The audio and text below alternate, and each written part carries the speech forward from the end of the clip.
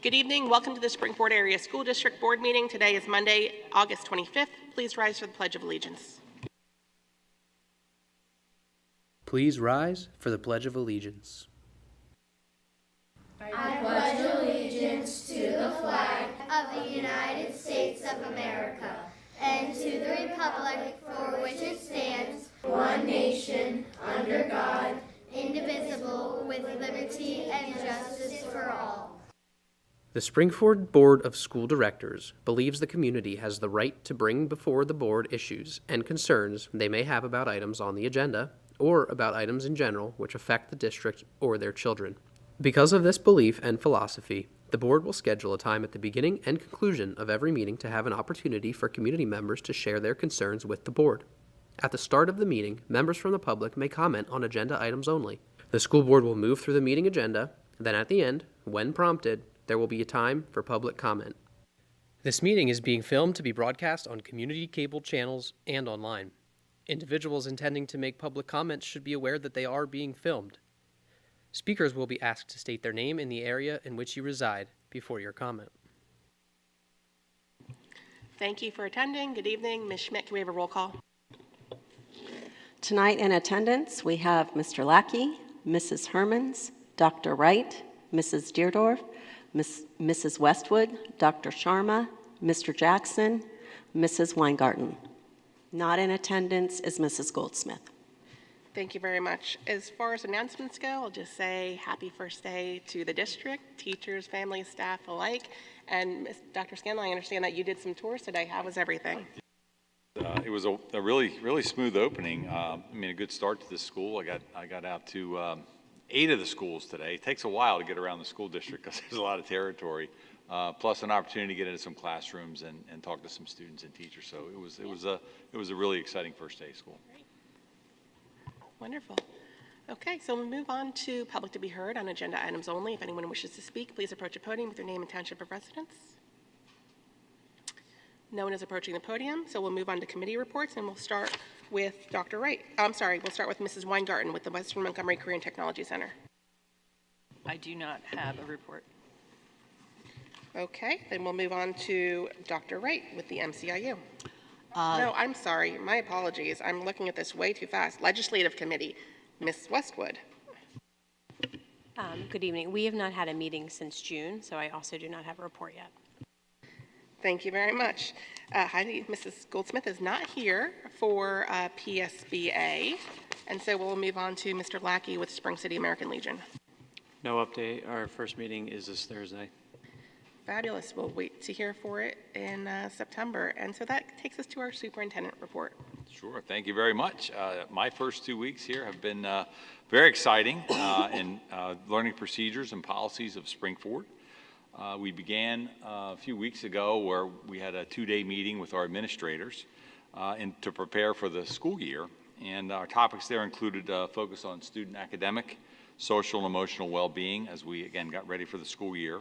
We were also provided the latest legal updates from our solicitor, Mark Fitzgerald, and members of his team, and began the analysis of our capital plan, which the board heard some information on that last week.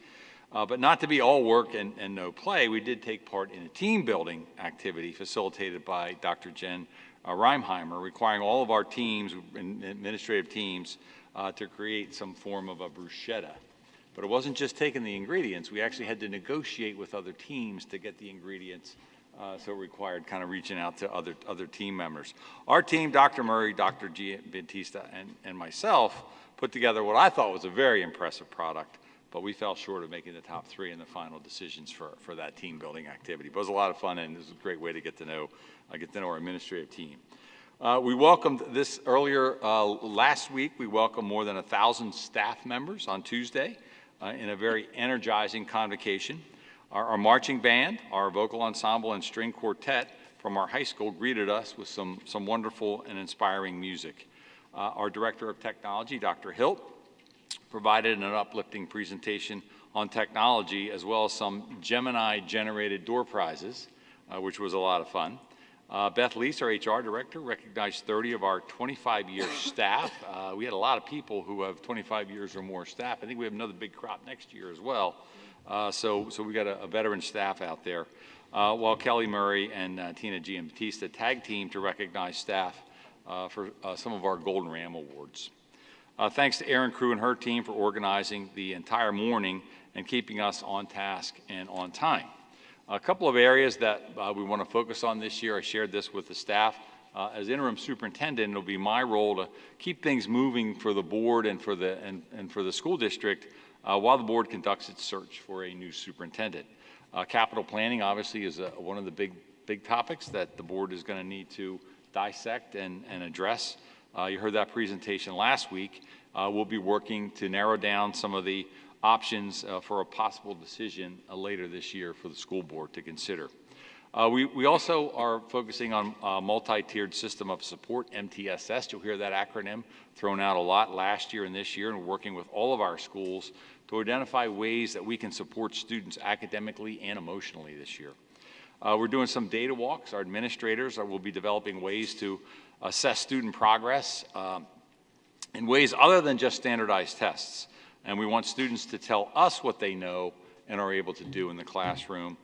So these data walks at MTS are going to need to work together to help provide students with the best learning environment possible. Spring City, thanks so much to our Spring City staff for the dedication in opening of the school. Last week we had boxes everywhere, and if you went through that building, you'd be scratching your head saying, are we ever going to get this thing open? But our teachers, our administrators, and most especially our custodians and maintenance staff pulled together for a smooth opening today over there at Spring City after a year of hiatus while the school went through its renovation. Hold the date for an official dedication ceremony. I think we sent this to the board last week, tentatively scheduled for October 14th at 5 o'clock, and we'll officially dedicate that building. I think that's before one of our Finance Committee meetings. Welcome our student reps, Jason Drover and Anika Gupta. I look forward to working with both of you this year and hearing from the student lens on what's happening in Springford. So welcome to the two of you. Today was obviously our opening of school, and we had a relatively smooth opening as we welcomed back more than 8,000 students to our classrooms. I had an opportunity to get out and visit 8 of the schools. I'll finish that tour tomorrow morning. To get to 3 other elementary schools that I didn't quite get to today. I ran out of days, and by the time I got there, the buses had already left, which is good, because that meant the buses got out of the schools and we got everybody home safely today. Teachers were eagerly awaiting children. They greeted them with smiles, and there was just a lot of energy in all of our buildings. If you drove past any of the schools today at drop-off or dismissal, you might have seen some traffic out there. That's pretty typical and pretty common. I know that getting the first week of busing and things under control is not unique to Springford. I will tell you that my own children, the bus never showed this morning, so that is not in Springford School District, so there are bus concerns everywhere. Our transportation office has been working extremely long days the past 2 weeks to schedule a lot of last-minute registrations. I think as of Friday afternoon, we still had nearly 100 people just registering and needing transportation, so we had to scramble to try to get everybody plugged into those schedules. As we do each year, our transportation office will be making some adjustments where it can to bus schedules after this first week of school, so we can provide the most efficient way to transport students to and from school. A particular note, the high school complex and the 567 complex, they have some unique traffic patterns around there because of the way we schedule them. We pick up 7th graders and 8th graders, as you know. We send buses over to those other schools to pick up a second batch of kids. That takes a little bit more time, and as we navigate the traffic and the traffic patterns, we'll try to streamline that as much as we can. But I would say overall, it was a very energetic opening to school today. And for a closer look at some of the activities, I know a lot of our district office people were out in the schools. Erin Crew and her staff were out there, our communications department, and they prepared a brief video that we'd like to share with you just on some of the things taking place today.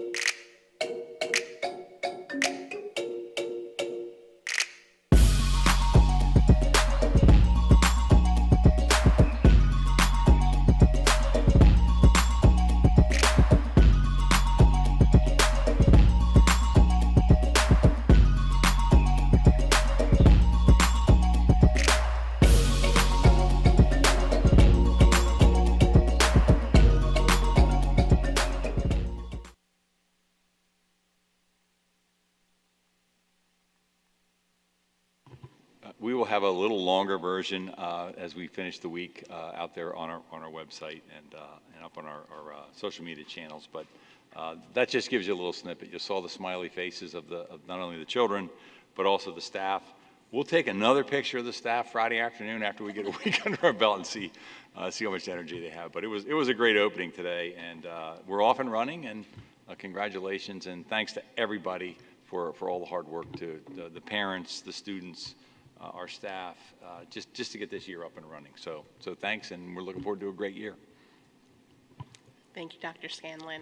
Yeah, seeing the smiling faces definitely brings a smile to my face. Any questions or comments for Dr. Scanlon before we move forward? Okay, so then we'll move on to the voting portion of our meeting. As community may know, that at the work session last week, we went through some of these items and had questions and discussion. So if there are any, feel free to separate the item and we can continue to have that dialogue. Otherwise, we will move forward with section 4, A through C. Do I have a motion? So moved. Is there a second? Second. Questions and discussion? All those in favor say aye. Aye. Aye. Any opposed? Motion carries 8-0. Moving on to section 5, personnel, letters A through K. I'll give you a moment to take a look at it. See if you'd like to separate anything.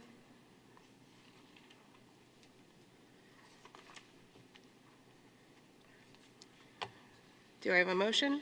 So moved. A second? Second. Any questions and discussion? One question, Madam President.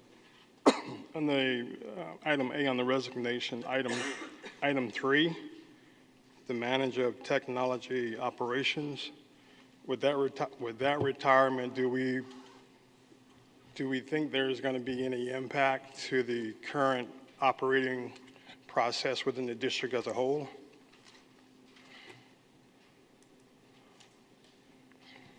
It looks like Dr. Hilt's reaching for the microphone. I can't see that far. We have a short cord back here. No, there will not be a negative impact on the district short term. What about long term?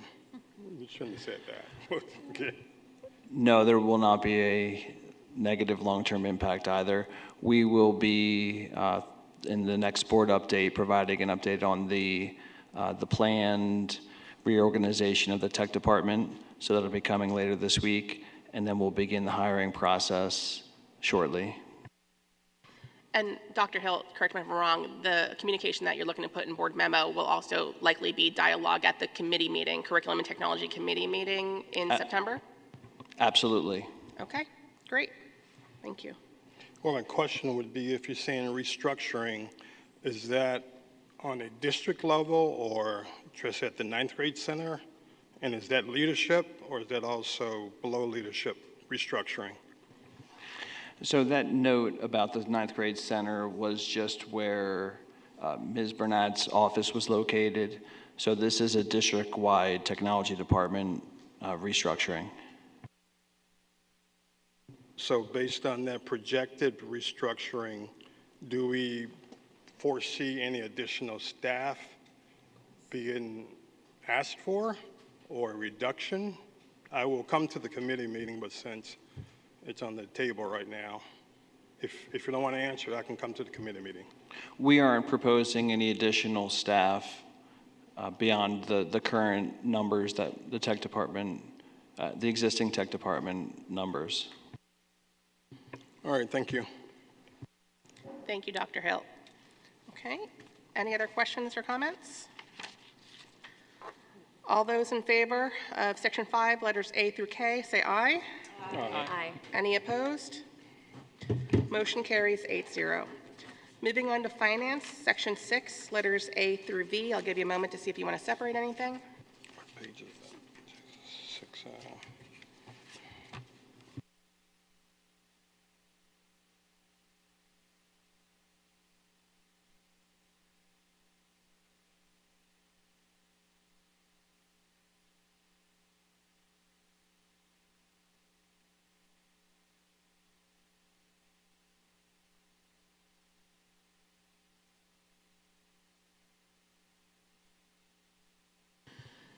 All right, so it doesn't look like we're separating anything. So do I have a motion? So Is there a second? Any questions or discussion? And maybe I'll just make a comment because I know that Mrs. Goldsmith is not here today. However, last week she did ask a question, and I think it's important for the community, since it was asked at the board table as a follow-up to the community, to get the answer.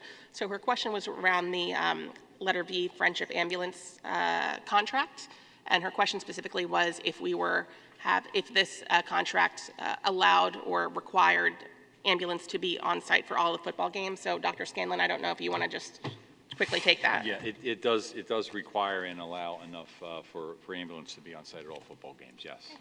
So thank you, and thank you to Mrs. Goldsmith for bringing up that question. Madam President, I think part of the discussion there was that if the ambulance would be dedicated, so it wouldn't leave if there was another call. I think that was the issue that happened last year.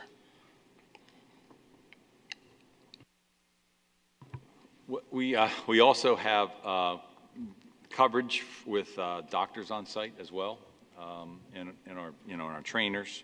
But if an ambulance is leaving to go on call to another emergency, then somebody else, I guess, would be on call for emergency for us.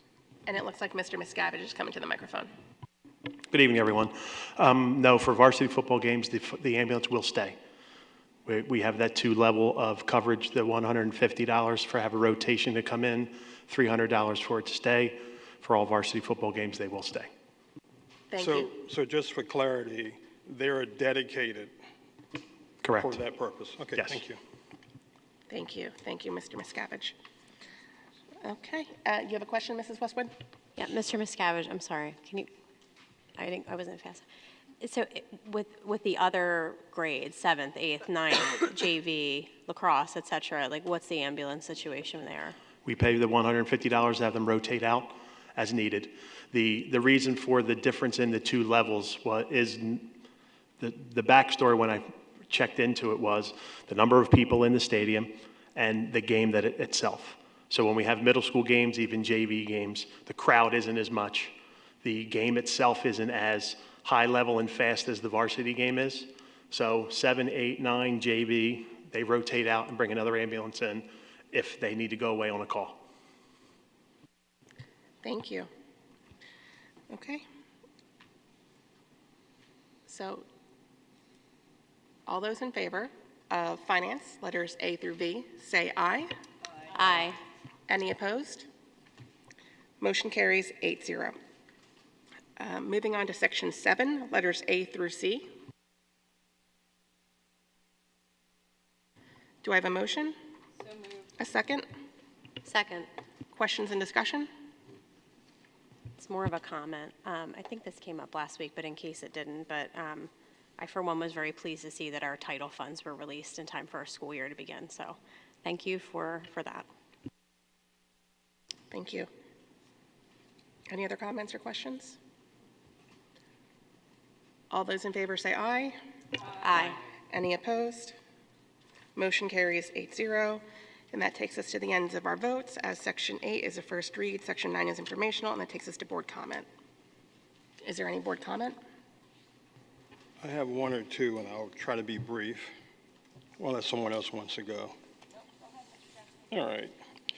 As the new year starts, I do get the emails from parents about transportation, and I definitely respect Dr. Scanlon's comments. However, we're going to continue to have traffic issues. I keep making the same statement year after year that the infrastructure is not changing, the population is. And the same paths that our buses travel, they continue to travel, except now there are more stops and the population continues to grow. So this is going to be an ongoing issue that needs to be addressed with the township.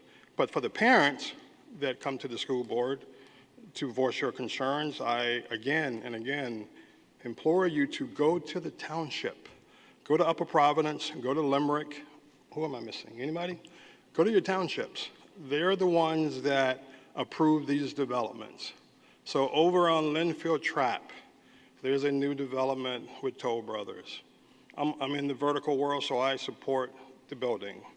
However, they're putting up million-dollar homes, which is families. So Linfield Trap size doesn't change, just the population. And we're going to continue to have this issue across the board. And the question, well, Mr. Jackson, how do you change it? There needs to be greater collaboration between the board, I think on the property side, with the township, because we're being impacted. They're not being impacted. And when you look at some of the, I use the term financing of these developments, if you go and sit in some of these township meetings, and I've gone with Madam President, they will come up with a number, and as you guys know, math is math, of how the district is benefiting. Well, I continue to disagree with that. The benefit is not with the district. It's just more kids in the district, and as I always say, if the kids are here by law, we have to educate them. So this is something I would implore this board to look at long-term, because the impact will be long-term. Thank you. Thank you, Mr. Jackson. And just to follow up on a comment that you made around engaging with the municipalities. So after the meeting last week, as it was kind of the directive of the board, Ms. Schmidt is in works with the municipalities to see if we can meet with them in October. The thought was doing it before the election in case there's any changes, and of course we can meet again after the election in our regular scheduled time in March. Okay. So thank you, Mr. Jackson. Was there anything else? You said 2 comments. Yes, there was one more. I know Dr. Scanlon mentioned the facilities plan of the district, and I know there are going to be further discussions with that. However, I just implore the board to understand we can only build what we can pay for. If you look at what was discussed, it's a lot of items that need to be addressed. And in my little quirky engineering head, I think the approach should be based on financial projections, how the district should move. You tend to design and build based on funding at hand, not funding that you hope you will have. So I'll talk more about it when we have the discussion, but I think that's one, and I think Ms. Westwood brought it up also, that I think that's how we should be looking at it, but I'm only one board member, but that's my comment on that. Thank you, Mr. Jackson. I think that's a good preface to some of the discussion deliberation I know, Dr. Scanlon, you want to start having in September at our committee meetings, correct? Okay, great. Any other questions or comments? Okay, moving on to public to be heard. Is there anyone that wishes to speak? Okay, seeing as no one's approaching the podium, motion to adjourn. So moved.